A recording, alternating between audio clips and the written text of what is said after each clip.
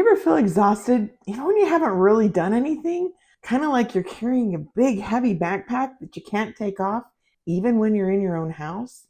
I promise you're not just tired because you're busy. You're tired because you're probably the emotional sponge for everyone else's dysfunction.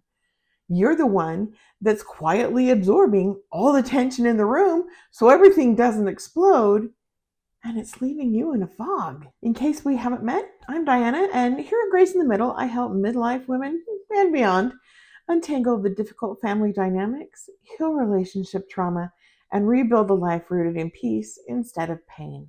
Most of the women I work with don't realize that their strength, their superpower, that thing that they do all the time, is actually a full-time, unpaid job of regulating everyone's emotions. If you're the one who's constantly monitoring everybody else's moods or keeping everything happy and pleasant to prevent a blow-up, you're not just being nice. You're not just the glue that holds everyone together. There's a pretty good chance you're overfunctioning to compensate for a dysfunctional family dynamic that you may or may not even know is there. But it is, and it's probably even been there for a long time, maybe even generations.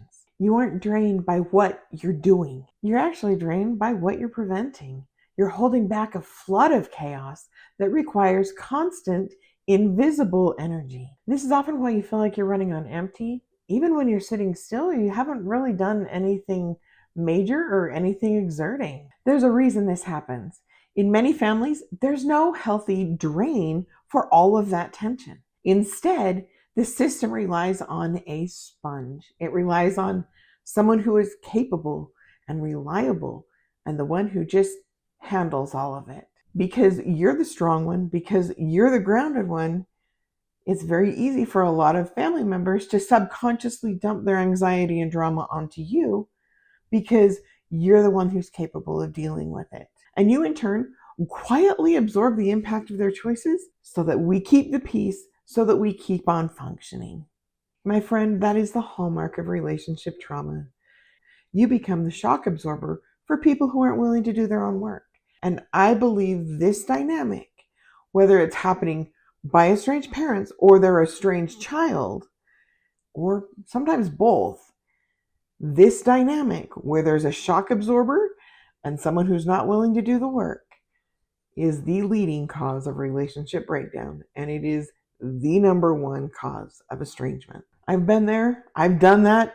I'm still trying to figure my way out of it too in some ways, but there is something I know for sure.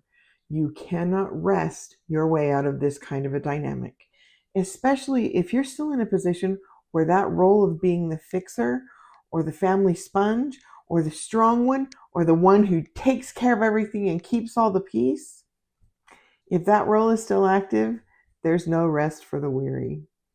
Even if you take a nap, you will step right back into it as soon as you wake up, and the exhaustion will be right back before you even had time to clear your eyes.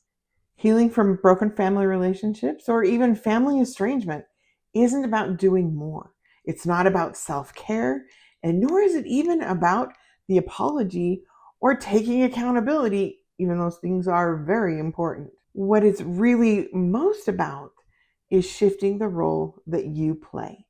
And that starts by deciding that you're no longer willing to carry what isn't yours. If this fog or this exhaustion that I've been talking about feels too familiar in your world, I promise you're not broken and there is nothing wrong with you.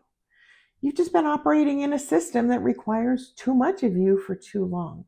To help you start untangling this, I put together a free little resource called 10 Things You Can Do When Life Hands You Lemons. I promise it's not about making lemonade though. We've all had plenty of that. It's actually an emotional first aid kit, and the first thing on that list is one of the most important things you can do to start breaking this kind of a cycle. If you want a copy of that, comment lemons down below and I'll let you know where you can get it. In the next video, we're going to talk about how you can actually set that backpack down without the crushing weight of guilt. That's a tall order for a lot of us, but hang in with me and we're going to figure this out together, one step at a time.